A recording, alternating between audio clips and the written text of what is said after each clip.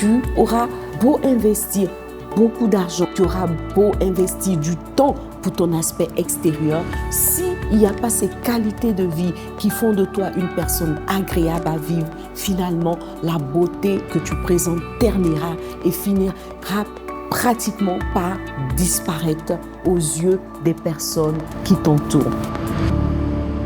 Hello les plus belles, je vous retrouve encore une fois avec beaucoup de bonheur sur notre chaîne TBN pour partager des bons moments dans la présence du Seigneur.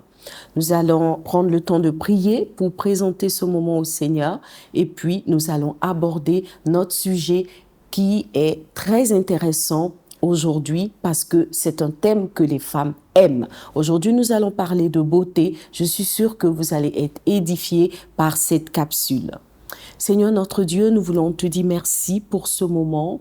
Merci de bénir ces instants. Sois glorifié, sois célébré. Parle à nos cœurs de femmes et instruis-nous dans tes voies. Merci Seigneur. Amen. Je vais lire un texte de la parole de Dieu, toujours dans le texte de Proverbe 31. Voilà, c'est le verset 30, c'est pratiquement le dernier verset du Proverbe 31, il est dit « La grâce est trompeuse et la beauté est vaine. La femme qui craint l'Éternel est celle qui sera louée. » En lisant ce texte, je me suis souvent posé la question de savoir si Dieu était contre la beauté de la femme. J'ai fini par comprendre que non, évidemment, puisqu'il y a de nombreux textes où Dieu parle de l'embellissement de la femme, où Dieu parle de comment il embellit Jérusalem ou de comment il embellit son épouse, etc. Donc, la beauté n'est pas quelque chose contre lequel le Seigneur est en colère, par rapport auquel Dieu se positionne en opposition. Non, Dieu n'est pas contre la beauté, mais n'empêche que ce texte nous dit clairement que la grâce est trompeuse et la beauté est vaine. Le Seigneur est juste en train de nous expliquer que il y a un moment où le trop intérêt qu'on peut porter à sa beauté devient inutile en fait. En tant que femme, nous aimons nous faire belles et c'est une bonne chose, ce n'est pas mauvais. Nous aimons, n'est-ce pas, avoir une belle présentation, briller de mille feux, etc. Mais je voudrais nous rappeler ce texte de 1 Pierre 3 qui appelle la femme, n'est-ce pas, à ne pas trop s'attarder sur ses tresses, sur ses parures. Il dit clairement, n'est-ce pas, que la femme doit rechercher quelque chose de plus profond que ce que ses tresses peuvent produire, ce que ses bijoux peuvent produire, ce que ses parures peuvent produire. Donc, oui, nous sommes dans un siècle où la beauté physique est plébiscitée, où on a l'impression qu'il n'y a que ça qui soit de valeur. Donc, on va mettre beaucoup d'accent sur sa présentation physique, on va mettre beaucoup d'accent sur l'image extérieure, mais en vrai, que nous dit la parole de Dieu? Ce que nous dit la parole de Dieu, c'est ce texte, ce verset 30 de Proverbe 31, où Dieu s'adresse encore une fois à la femme idéale selon lui, puisque quelque part, la présentation que la Bible fait de cette femme-là est un peu l'image que Dieu a de la femme idéale. On a évoqué plusieurs aspects de cette femme, on a parlé de son caractère, on a parlé de ses actions et aujourd'hui, je voudrais que nous puissions parler de son aspect beauté.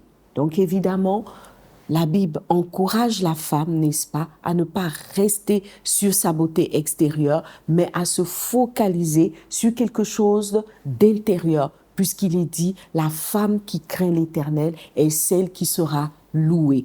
On voit que l'Esprit de Dieu met ici l'accent sur une ressource intérieure, quelque chose qui vient de l'intérieur. Et cette chose-là, elle est résumée dans l'idée de la femme qui craint l'Éternel. Quelque part, ça signifie que la femme qui est belle pour Dieu, c'est la femme pour qui Dieu est l'essentiel. Voilà. Il faut savoir que oui, c'est vrai, je prends du temps pour me coiffer, je prends du temps pour me maquiller, je prends du temps pour apparaître comme il faut, apparaître belle, apparaître élégante, etc. mais est-ce que je prends du temps pour veiller sur ma crainte de Dieu, sur ma qualité spirituelle, la qualité de ma vie spirituelle. Je veux donc ici encourager une femme à mettre du temps de côté pour la prière qui va venir embellir, n'est-ce pas, l'aspect spirituel de la femme que tu es. Voilà, importance de la prière, importance de la méditation. C'est vrai que la méditation ou la parole de Dieu ne semble pas porter quelque chose sur notre apparence physique, mais la vérité, c'est que la femme qui craint l'Éternel est celle qui sera reconnue, est celle au final qui sera louée, qui sera reconnue pour belle. Pourquoi? Parce que la crainte de Dieu va venir développer non pas la beauté physique, mais la beauté intérieure de la femme. Plus je médite la parole de Dieu, plus je construis mon être intérieur. Plus je prie, plus je m'approche du Seigneur, plus je me laisse conduire par le Saint-Esprit, plus je vais construire mon être intérieur et cela va venir produire une beauté intérieure. Alors, comment est-ce que on va développer sa beauté intérieure? On va développer sa beauté intérieure, comme je le disais, en laissant, n'est-ce pas, l'Esprit de Dieu travailler à l'intérieur de nous. Et cela va se matérialiser comment? Par le fait que l'Esprit va mettre en exergue, va ressortir de nous des qualités morales, des qualités qui seront des valeurs, qui seront des qualités de vie en fait, en sorte que les personnes qui se retrouvent dans notre présence vont apprécier cette présence-là. On va dégager une certaine qualité de vie, une certaine luminosité, une certaine rayonnance qui vont faire de nous des belles personnes. Alors, quelles sont ces qualités morales, n'est-ce pas, qu'il faille développer ou que la beauté intérieure va venir mettre en exergue? Ce sont des qualités telles que l'empathie, n'est-ce pas? Donc, on va être une personne empathique. Si tu es une personne empathique, tu es en train d'améliorer ta beauté intérieure. C'est des qualités comme la générosité. Donc, la générosité va venir embellir, n'est-ce pas, l'être intérieur de la femme que tu es. On a des qualités comme l'écoute, la compréhension, la capacité à pardonner, l'esprit de solidarité, l'amour, n'est-ce pas? L'amour pour les autres. Donc, ce sont autant de qualités qui viennent nourrir notre être intérieur et révéler une beauté profonde. Et certainement, quand la beauté intérieure est là, elle finira forcément par réjaillir sur l'extérieur et présenter au monde extérieur une certaine élégance. Je vous assure qu'il n'y a rien de plus désastreux que de voir une personne belle physiquement, mais qui ne présente aucune qualité de vie. Une personne qui est belle, qui est méchante, qui est dure, va finir par perdre son attrait aux yeux des personnes de son entourage. Finalement, la beauté physique ne se verra plus parce que la mauvaise qualité intérieure va venir couvrir cette beauté-là. Je suis en train de dire que tu auras beau investir beaucoup d'argent, tu auras beau investir du temps pour ton aspect extérieur, s'il n'y a pas ces qualités de vie qui font de toi une personne agréable à vivre, finalement, la beauté que tu présentes ternira et finira pratiquement par disparaître aux yeux des personnes qui t'entourent.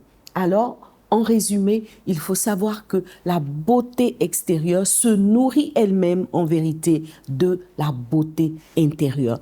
Plus tu seras belle à l'intérieur, plus ton charme extérieur paraîtra aux yeux des personnes qui t'entourent. Et je voudrais, avant de terminer, citer Coco Chanel qui a dit que l'élégance, c'est lorsque l'intérieur, n'est-ce pas, et l'extérieur se croisent. Voilà, pour produire quelque chose de beau. Donc, l'élégance, c'est lorsque l'intérieur va être aussi beau que l'extérieur, ou que l'extérieur va être aussi beau que l'intérieur. On voit donc que même une personne qu'on peut présenter comme une déesse, quelqu'un qui a travaillé sur la beauté extérieure des femmes, on voit très bien que même cette personne-là a compris que l'essentiel de la beauté vient de l'intérieur. La Bible dit que on va avoir un bon trésor qui va jaillir d'un bon cœur et à contrario, un mauvais cœur va présenter de mauvais trésors et donc un mauvais aspect extérieur. Choisis donc la beauté intérieure et tu gagneras les deux parce que belle à l'intérieur deviendra belle à l'extérieur. Voilà, que Dieu te bénisse. Je vais t'encourager à être une femme de l'intérieur, une femme de la profondeur avant de travailler l'extérieur. Plus tu feras cela, plus tu brilleras, plus tu cultiveras l'intérieur, plus tu rayonneras aux yeux de toutes les personnes qui t'entourent. Et ça, c'était le secret de cette femme-là, de Proverbe 31. Elle travaillait sa beauté intérieure en sorte que la beauté extérieure jaillissait de façon naturelle. Que le Seigneur te donne d'être une femme belle à l'intérieur qui devient forcément aussi belle à l'extérieur. Telle est ma prière pour toi. Je veux donc t'inviter à prier que le Seigneur te donne de te focaliser davantage sur ta beauté intérieure sans te laisser distraire par les standards que le monde présente aujourd'hui. Non, la beauté extérieure n'est pas l'essentiel. Le plus important reste et restera toujours la beauté intérieure. Investis donc du temps pour ça.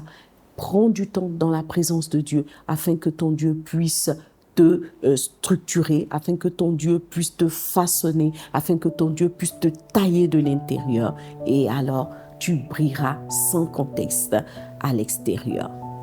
Seigneur Dieu, nous savons que nous sommes aujourd'hui dans un monde où la beauté extérieure est plébiscitée. Mais cela n'est pas ta pensée. Ce que toi tu recherches, ce sont des femmes qui te craignent. Ce sont des femmes qui sont belles à l'intérieur avant d'être belles à l'extérieur. Je prie que tu nous donnes de revenir sur les fondamentaux de la beauté qui sont des qualités morales, qui sont des qualités intérieures, afin que nous puissions être dans notre génération des modèles de femmes belles à l'intérieur et aussi rayonnantes à l'extérieur. Merci pour tout ce que tu fais. Touche nos cœurs, touche le cœur d'une femme qui s'était oubliée, qui s'était perdue dans les labyrinthes de la beauté physique. Donne-lui de revenir à l'essentiel, de revenir à toi, de revenir à une vie de prière, à une vie de méditation de ta parole, de prendre du temps pour ces choses-là qui ont, n'est-ce pas, Seigneur, un résultat beaucoup plus durable que les efforts extérieurs, que la beauté extérieure. Merci pour tout ce que tu fais. Transforme-nous à ton image, Seigneur, afin que nous puissions briller dans notre génération, que nous puissions être des lumières, que nous puissions être des exemples pour cette génération qui a besoin de repères. Merci Seigneur, merci pour tout ce que tu fais. Que la louange, l'honneur et la gloire te reviennent au siècle des siècles. Amen. Shalom, j'espère que vous avez aimé cette vidéo. Abonnez-vous pour ne pas rater nos programmes. Merci de faire partie de notre famille TBN. Que Dieu vous bénisse. Shalom de Jérusalem.